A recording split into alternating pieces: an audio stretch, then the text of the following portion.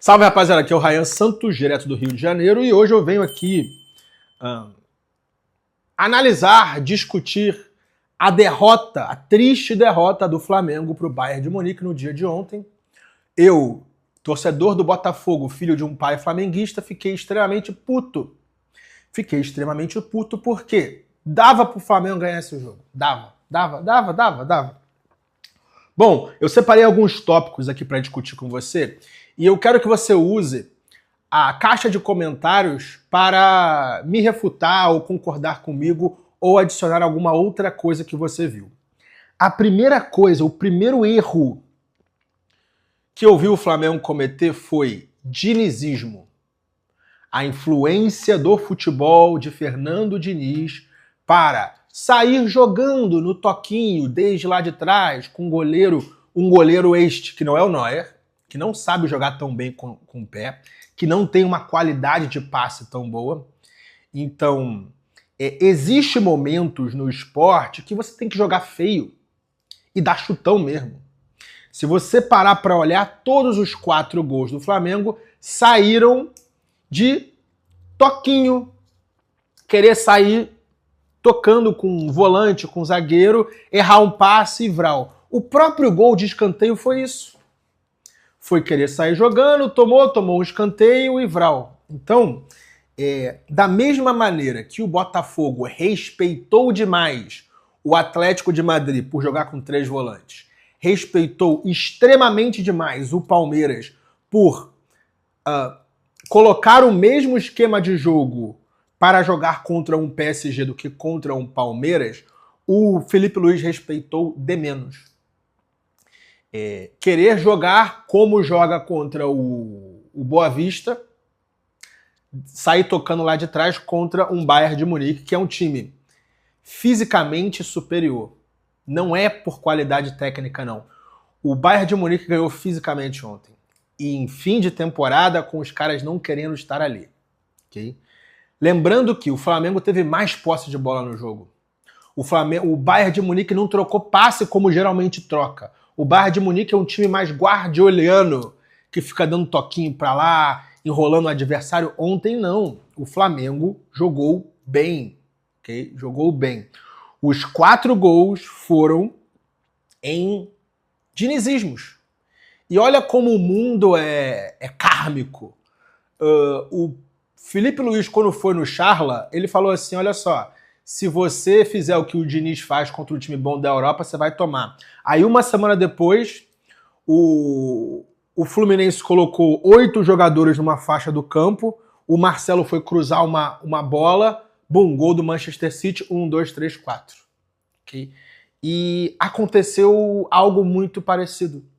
O Flamengo foi jogar que nem o Fernando Diniz, sair tocando, colocar jogadores aqui numa faixa do campo, perdeu a bola, bum, gol. E o Harry Kane não perdoou ninguém. Teve 2 chutes no gol, 2 gols. Cara, uma outra observação é o Arrascaeta, que foi nulo. E não só o Arrascaeta, tá? Vamos lá, pega os 4 grandes do Brasil que foram pro Mundial. O Flamengo tem o Arrascaeta como seu 10. O Botafogo tem o Savarino como seu 10. O Fluminense tem o Ganso como seu 10. E o 10 do Palmeiras não tem, só que o cara com mais características de um meia clássico, de criação, de armação é o Rafael Veiga. Os 4 não fizeram um bom Mundial. 2 deles ficaram no banco, quase não saíram do banco, que foi o Veiga e o Ganso. Isso mostra que realmente a posição do camisa 10 acabou no futebol. Os próprios técnicos brasileiros não escalaram os seus jogadores e quando escalaram tiveram que tirar porque não deu certo. Eu não sei se o fato de você ser um camisa 10 clássico, ele automaticamente diminui a sua intensidade dentro de campo. Porque os 4 jogadores que eu citei, eles não têm a intensidade de um meia como o Gregory, como o Richard Rios. Não tem a intensidade desse tipo de meia. Só que o futebol atual precisa de gente assim. Então, a gente escuta os comentaristas falando de, a posição do 10 clássico acabou pelo que nós vimos ontem.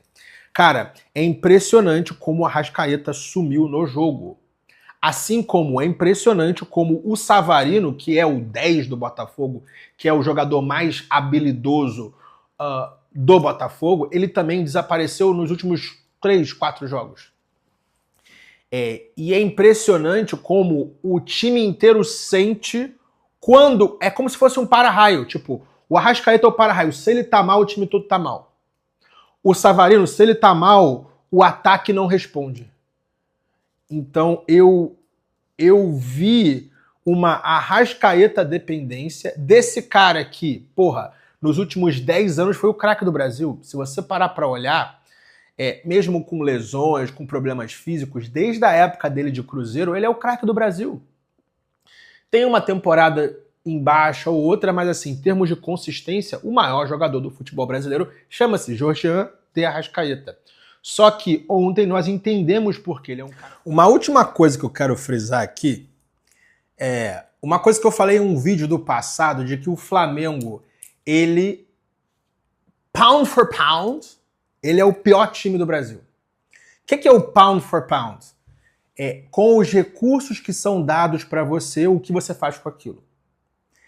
O Flamengo, ele ganha muito mais direito de TV do que das outras equipes. Claro, é justo, porque o Flamengo tem muito mais torcida que as outras equipes. O Flamengo, ele vende jogador bem para um caramba. Então, eu lembro que foi o Jorge Nicola que trouxe essa teoria aí para público, que o Flamengo é o Bayern de Munique das Américas. Só que o Bayern de Munique, ele ganha de 13 Bundesliga, ele ganha 12. E tá sempre chegando longe na Champions. O Flamengo não é assim. Entendeu? Tipo, o Flamengo, ele tem recursos, jogadores, base, dinheiro de patrocínio, dinheiro de TV suficiente para ser muito, muito, muito, muito, muito superior a todos os outros. Só que não é isso que acontece. Ok? E aí o próprio Jorge Nicola, ele atribui isso à má gestão, a uma série de coisas. E ontem, o Flamengo começou com um time bom, um time titular que realmente era os 11 de gala. Como eu falei antes, eu não teria entrado com o Arrascaeta, porque o Arrascaeta, ele peca na intensidade que é necessária num jogo desse tamanho. Ok? Só que, beleza, Eric Pulgar caiu. O substituto do Eric Pulgar é um jogador muito inferior a ele, chamado Alan.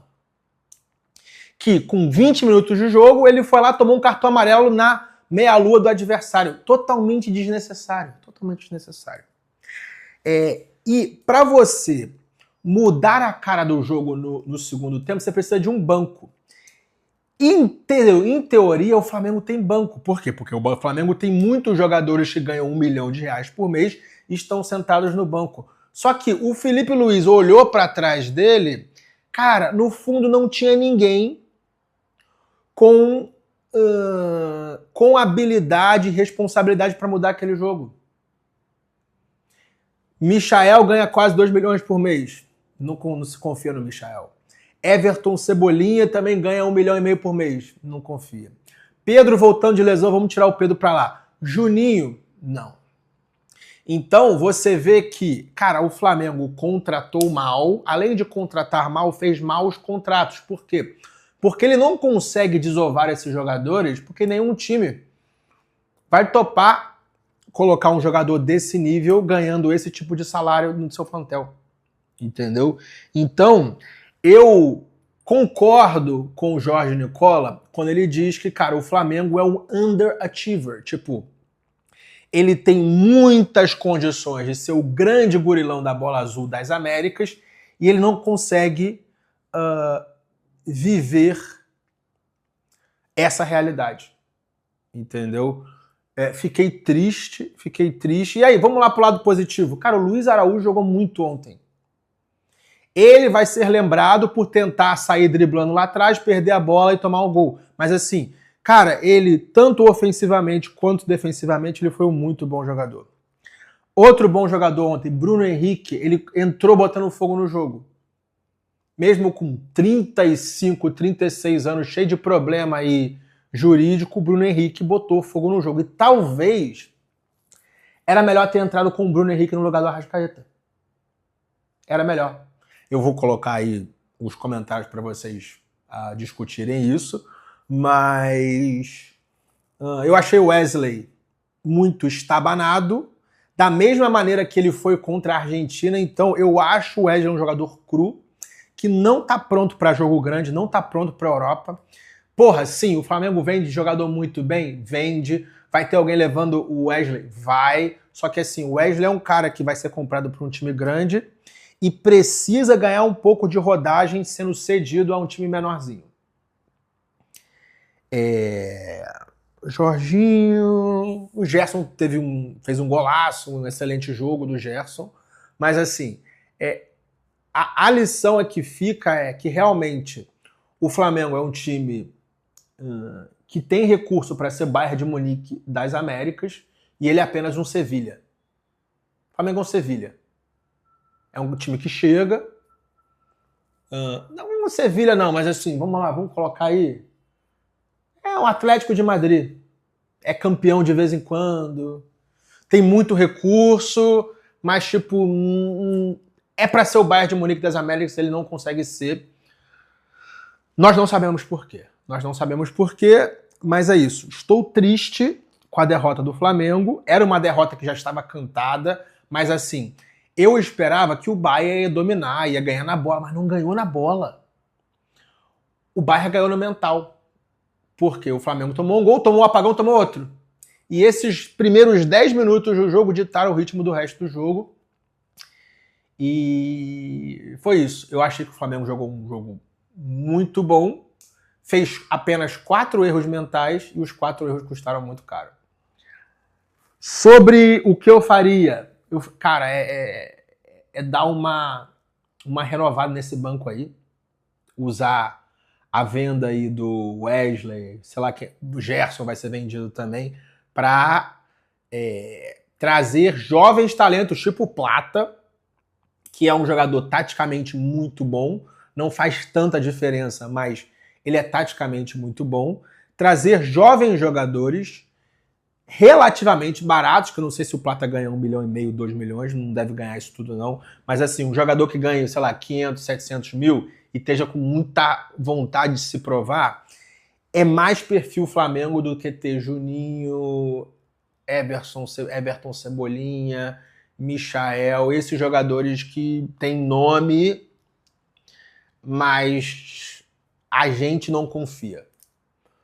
Bom, que torçamos para o Fluminense ganhar do Inter de Milão no dia de hoje e torçamos para o Palmeiras passar do Chelsea semana que vem. Avante palestra. Tamo junto, é só o começo.